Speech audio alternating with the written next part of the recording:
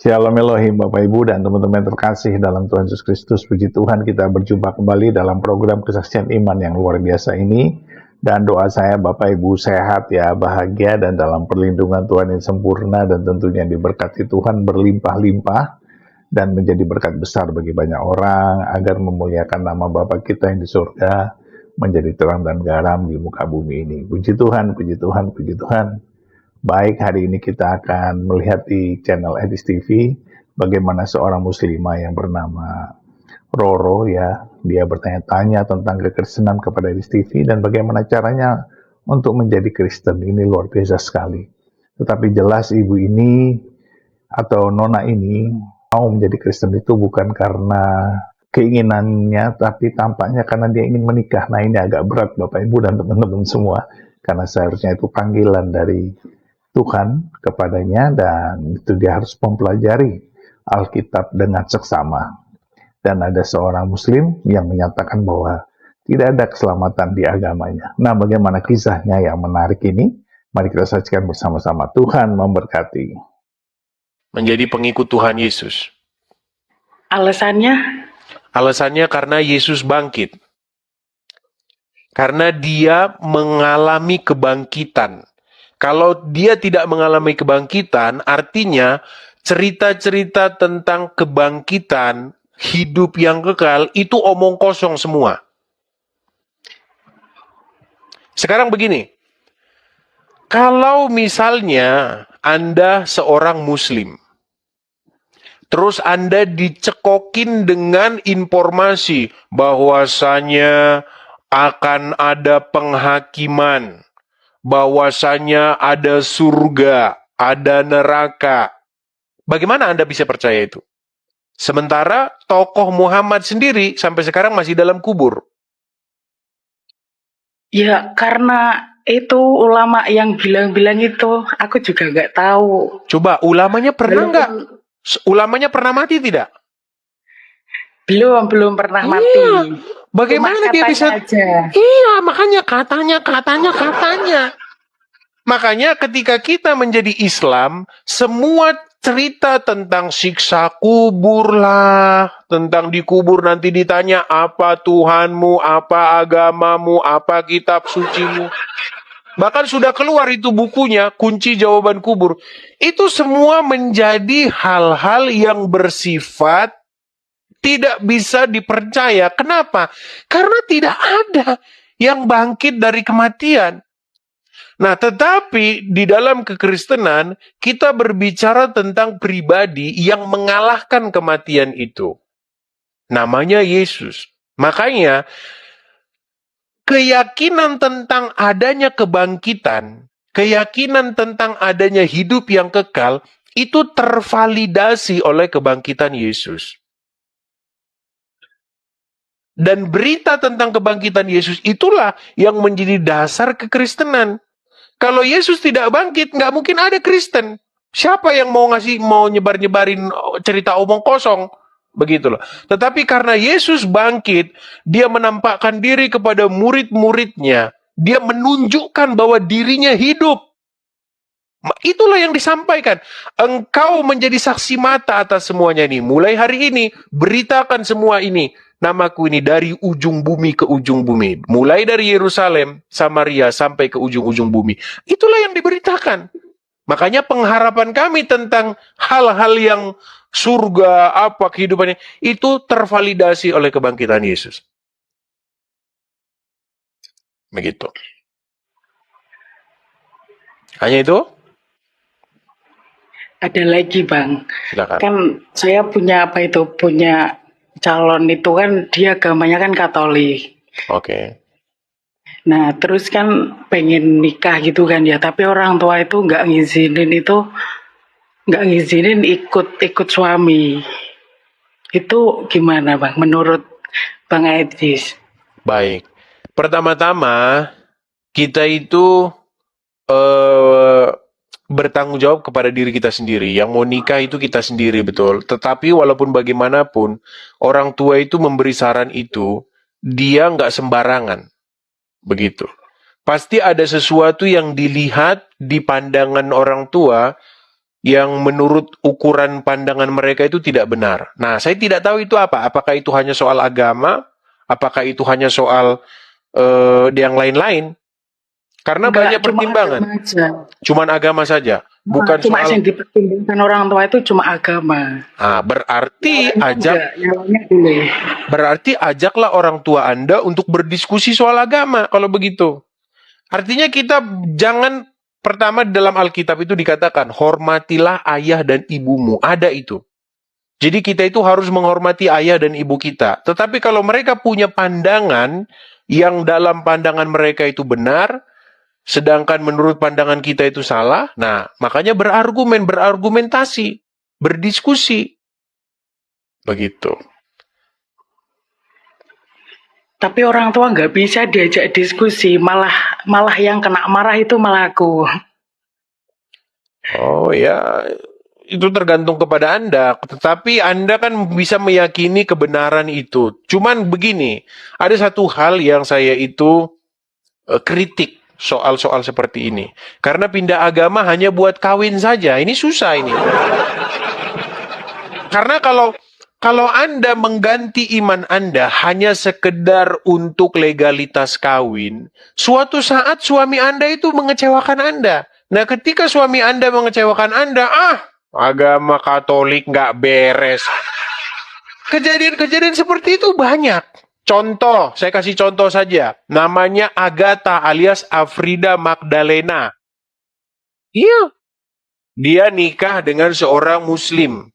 Ketika dia menikah dengan seorang Muslim, dia jadi mualaf. Nah, ketika suaminya mengecewakan dia cerai, keluar lagi dari agama Islam.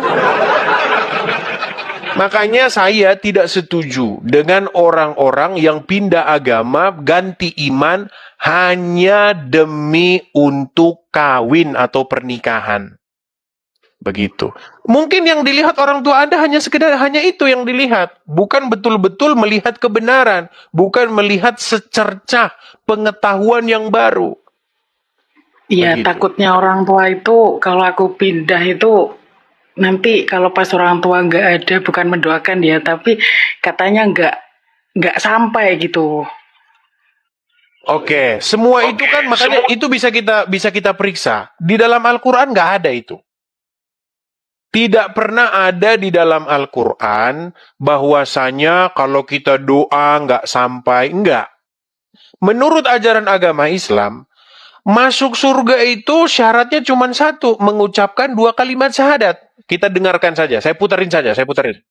Makanya ajak orang tua Anda berdebat. Gini loh, kalau berdebat dengan orang tua itu lebih mudah ketimbang berdebat dengan orang yang nggak kita kenal. Kalau berdebat dengan orang tua, ya masih bisa kita bercanda-canda kan? Nah, coba nih. Saya putarkan dulu ya kamera saya ya. Anda berkata bahwa nanti doa tidak sampai. Loh, bilang, Pak, Bu, sebenarnya ajaran Islam nggak ngaruh doa tidak sampai. Sebentar, salah ini saya balikin dulu ya. Nih, saya dengarkan ini ya. Ini syarat masuk surga dalam agama Islam. Dengarkan. Man qala la ilaha illallah Muhammadur Rasulullah dakhala al-jannah. Siapa yang mengucapkan la ilaha illallah Muhammadur Rasulullah dakhala al-jannah. Semua umat Muhammad sallallahu alaihi wasallam masuk surga.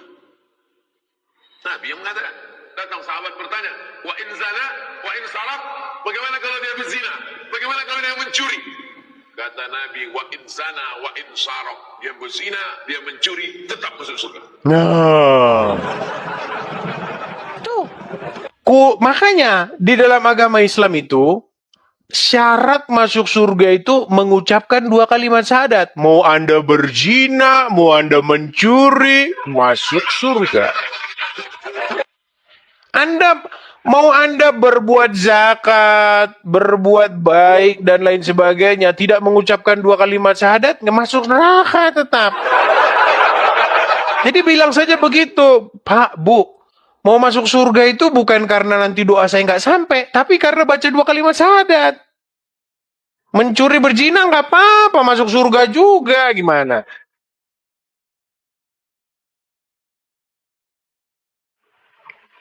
Ya, orang-orang aku juga nggak tahu ya sih. Walaupun aku agama Islam, nggak sepenuhnya tahu juga itu Al-Quran itu isinya pun sama Ya, hadis-hadisnya pun aku nggak iya. tahu. Bahkan ada hadis yang berkata begini, bahwasanya nanti di yaumil akhir, di hari kiamat, ada berbondong-bondong orang Islam yang akan memikul dosa-dosanya. Ada yang dosanya sebesar gunung, sebesar apa. Dosanya itu akan ditimpakan kepada orang Kristen, orang Hoten. Loh, mau saya tunjukkan dalilnya? Perlu saya tunjukkan dalilnya? Boleh. Boleh, Bang. baik, saya tunjukkan dalilnya. Nanti kita disangka fitnah, saudara-saudara. Saya nggak fitnah.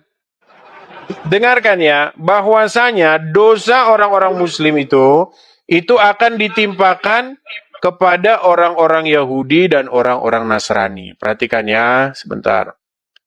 Hadis, ya.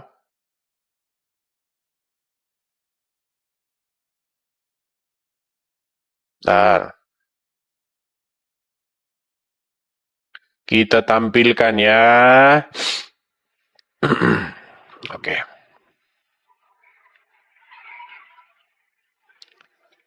Kita akan tampilkan hadisnya.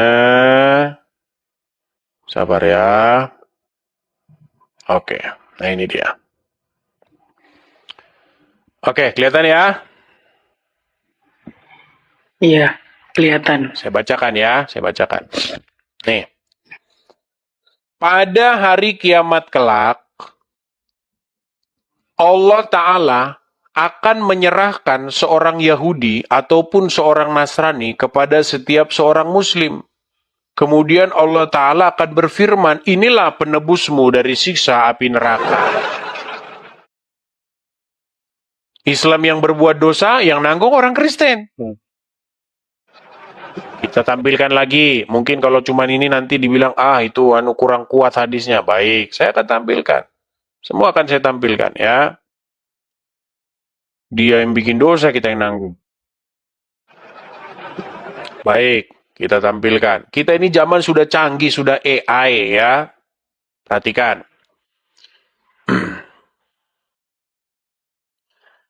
Rasulullah Shallallahu Alaihi Wasallam bersabda bahwa pada hari kiamat akan datang sekelompok Muslim membawa dosa sebesar gunung. Allah Subhanahu Wa Taala mengampuni dosa mereka dan membebankannya kepada orang-orang Yahudi, orang-orang Nasrani.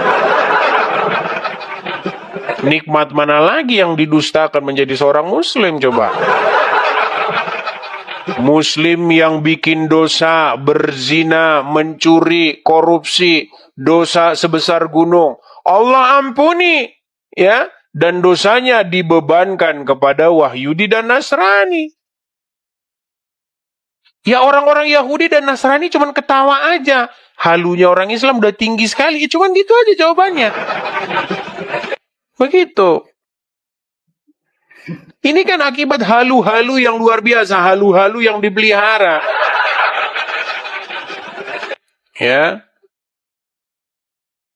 Seperti Itu isi Al-Quran ya Bang itu tadi. itu hadis. Itu. Tapi Al-Quran berkata yang lain. Al-Quran berkata yang berbeda dengan hadis. Makanya saya bilang, orang Islam ini sekarang percayanya itu kepada kitab-kitab yang datang sesudah Al-Quran. Kitab-kitab hadis, kitab fikih, karangan ulama ini, tuntunan ini, malam Jumat, sunnah Rasul. Itulah kitab-kitab yang memenuhi rumah-rumah orang-orang Islam. Sementara di dalam Al-Quran justru berkata berimanlah kepada kitab Taurat dan Injil. Begitu.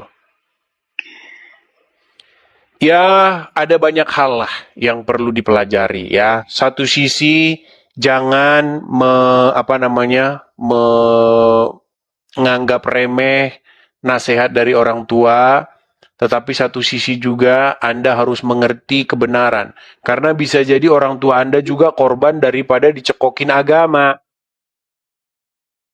Begitu. Makanya boleh beradu argumen, berdebat seperti itu. Nonton diskusi seperti ini. Begitu. Jangan buru-buru. Kalau misalnya Anda mau menikah, kalau Anda menikah terus Anda tetap Muslim, nggak bisa ya? Oh, nggak bisa. Nggak Menurut itu. Emang nggak boleh nikah beda agama? Boleh. Tapi di dalam Al-Quran boleh. Ada. Oh, ada. Ada. Bahkan dihalalkan bagi laki-laki Muslim mengambil perempuan-perempuan dari ahli kitab. Ada. Boleh. Tapi kalau suaminya yang Islam, istrinya non-Islam, boleh. Ada itu dalilnya dalam Al-Quran.